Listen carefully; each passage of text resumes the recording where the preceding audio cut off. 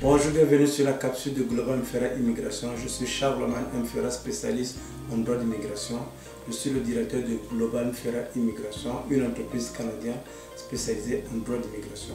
Nous accompagnons beaucoup de personnes qui sont dans un projet d'immigration, qui sont à l'extérieur du Canada, ou bien des personnes qui sont déjà à l'intérieur, qui ont des situations avec l'immigration. Nous sommes là pour vous accompagner et pour vous représenter. Alors, dans le cadre de cette capsule d'aujourd'hui, nous allons parler des points que les clients nous ont soulevés, des clients qui sont des potentiels clients pour l'immigration, ceux qui sont dans un projet d'immigration ou bien ceux qui viennent d'arriver au Canada qui ont des questions. Donc nous allons décortiquer avec vous ce qu'il faut faire pendant que vous pensez à immigrer, pendant que vous êtes dans le processus d'immigration et quand vous allez arriver au Canada. Suivez-nous après cette publicité et nous allons décortiquer ensemble tous ces points.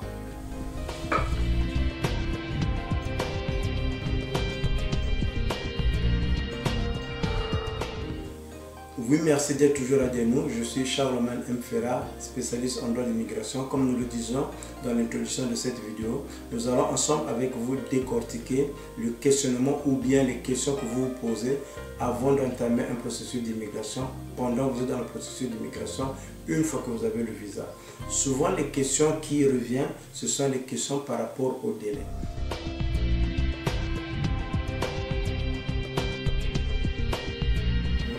Au Canada, vous avez besoin d'avoir un statut ou bien un visa. Ça peut être un visa de résidence temporaire ou bien un visa de résidence permanent à travers les programmes d'immigration qui sont en place.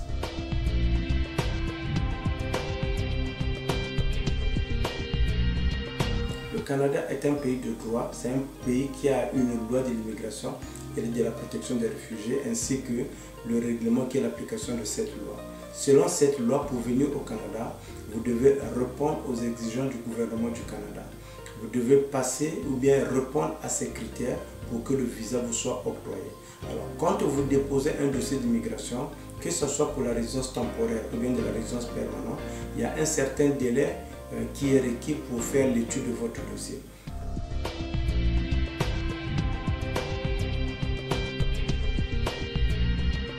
La manière dont fonctionnent les services d'immigration du Canada ou bien les bureaux de visa, premier arrivé, premier servi.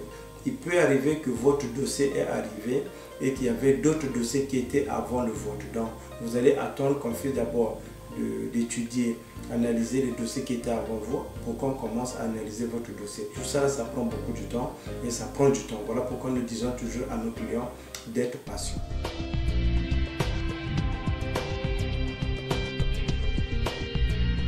Si vous n'êtes pas patient en immigration pour le Canada, n'essayez pas, ne commencez pas à faire l'immigration parce que vous allez vous en rendre compte que les choses ne fonctionnent pas au Canada comme dans votre pays ou bien comme vous pensez.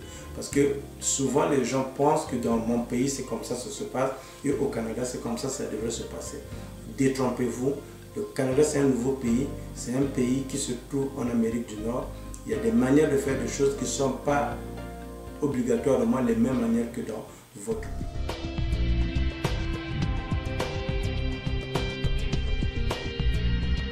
Alors, les clients nous posent également des questions sur le nombre des informations qui sont demandées dans les formulaires d'immigration pour le Canada. Alors là, il est important de vous rappeler également que c'est vous qui voulez immigrer au Canada. Donc pour immigrer au Canada, vous devrez répondre à toutes les exigences du gouvernement du Canada selon le programme par lequel vous avez fait la demande de visa. Donc si vous ne donnez pas toutes les informations, parfois on vous demande des informations sur vos parents, sur vos frères, sur vos grands frères, sur vos soeurs, demi-frères, demi-sœurs. Donc on a besoin de ces informations. Si vous ne fournissez pas ces informations, votre dossier sera incomplet, on va vous le retourner ou bien vous allez avoir un refus. Donc il est de votre responsabilité de fournir ces informations et de répondre de façon véridique pour ne pas faire une fausse déclaration.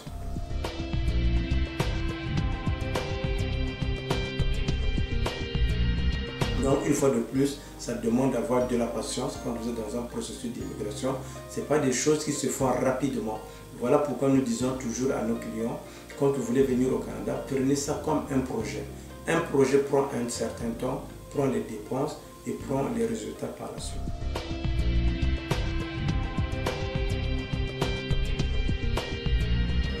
Une fois arrivé au Canada, beaucoup de clients nous contactent ou bien avant même d'arriver, ils nous posent des questions. Oui, je vais arriver au Canada.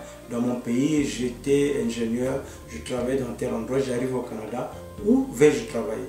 Est-ce que le gouvernement va me donner du travail? Est-ce que le gouvernement va me donner la maison?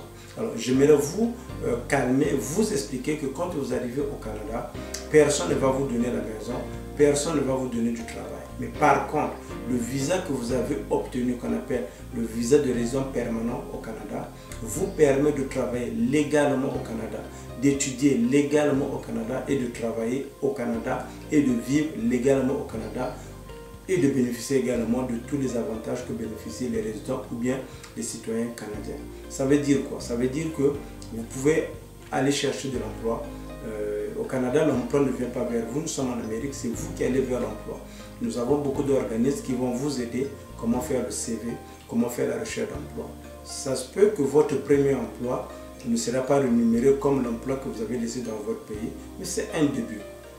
Vous allez remarquer rapidement quand vous êtes au Canada que les choses fonctionnent par réseau, par connaissance également parfois, que vous avez travaillé dans un tel emploi et qu'on peut vous référer, ou bien vous allez dans un deuxième emploi, on vous demande les références.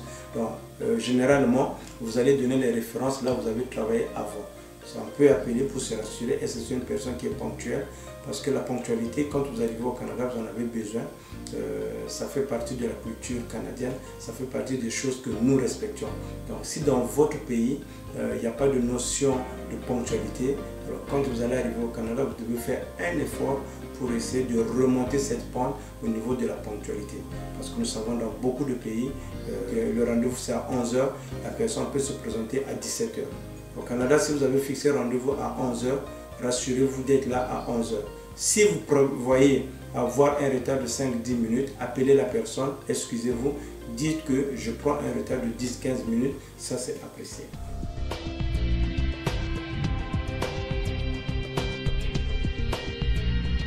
Alors, donc quand vous arrivez au Canada, la recherche de l'emploi, il y a des organismes qui sont là pour vous aider, il y a beaucoup de ressources, donc ce n'est pas un problème, ne vous en faites pas.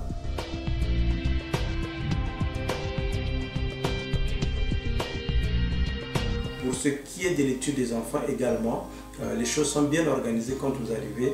Il n'y a pas de problème pour l'inscription des enfants. En tant que résident permanent, vous n'allez pas payer les frais pour les enfants qui vont aller à l'école primaire et secondaire. Vous ne payez pas pour ces enfants. Mais pour les enfants qui vont à l'université, vous allez payer comme pour les citoyens canadiens. Vous n'allez pas payer comme étudiants internationaux qui arrivent au Canada. Ils payent beaucoup plus cher.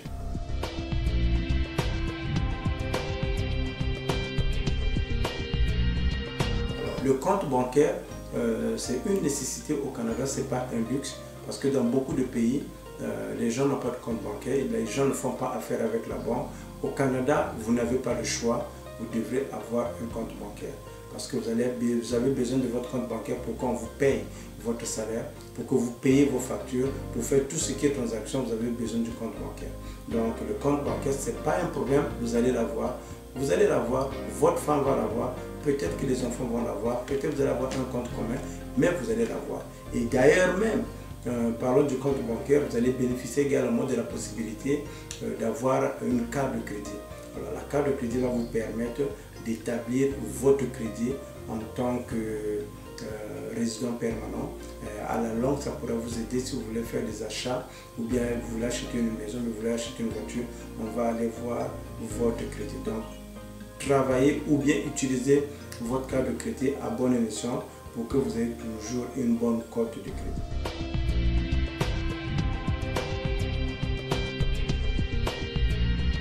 Pour ce qui est des assurances, oui, on a besoin d'avoir l'assurance dentaire. Peut-être dans votre pays, vous n'utilisez pas les assurances, mais au Canada, par exemple, allez voir un dentiste, ça coûte beaucoup d'argent, donc vous avez besoin d'avoir l'assurance. En termes généraux, si vous travaillez, dans la compagnie où vous travaillez, il devrait avoir la possibilité d'avoir l'assurance collective. Parce que quand vous avez l'assurance au niveau du travail, qui parfois couvre les mêmes plans, ça vous coûte beaucoup moins cher que d'avoir l'assurance de façon personnelle, qui coûte beaucoup plus cher.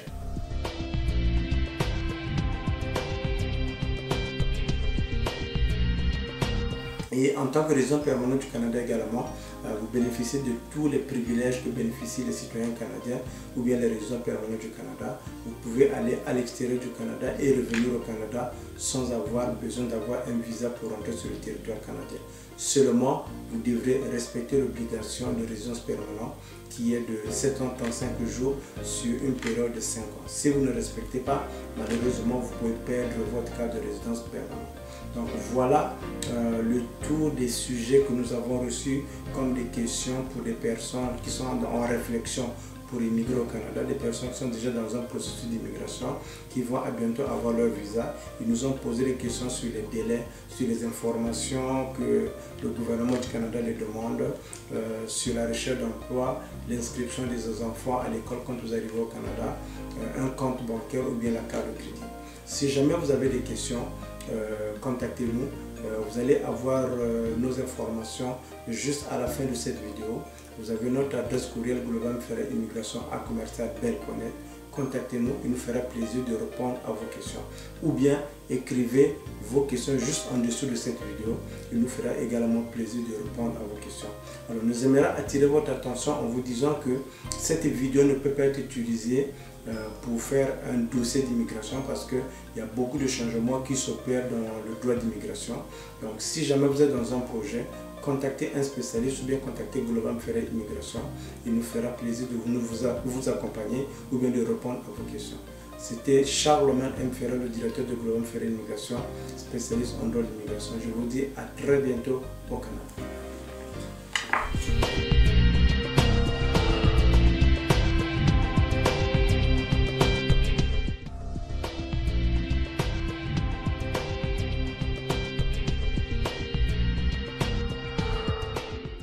Bienvenue sur la nouvelle capsule de Global Ferrai Immigration que nous avons intitulée « Posez-nous vos questions ». Alors dans le cadre de cette capsule, il me fait plaisir de répondre à toutes vos questions. Vous savez, j'adore et j'aime l'immigration, c'est une passion pour moi. Voilà pourquoi c'est un privilège pour moi pour répondre à vos questions. Donc, nous avons mis cette capsule en ligne pour être en mesure de répondre à toutes vos questions concernant les projets d'immigration. Alors, je vais aller directement au but.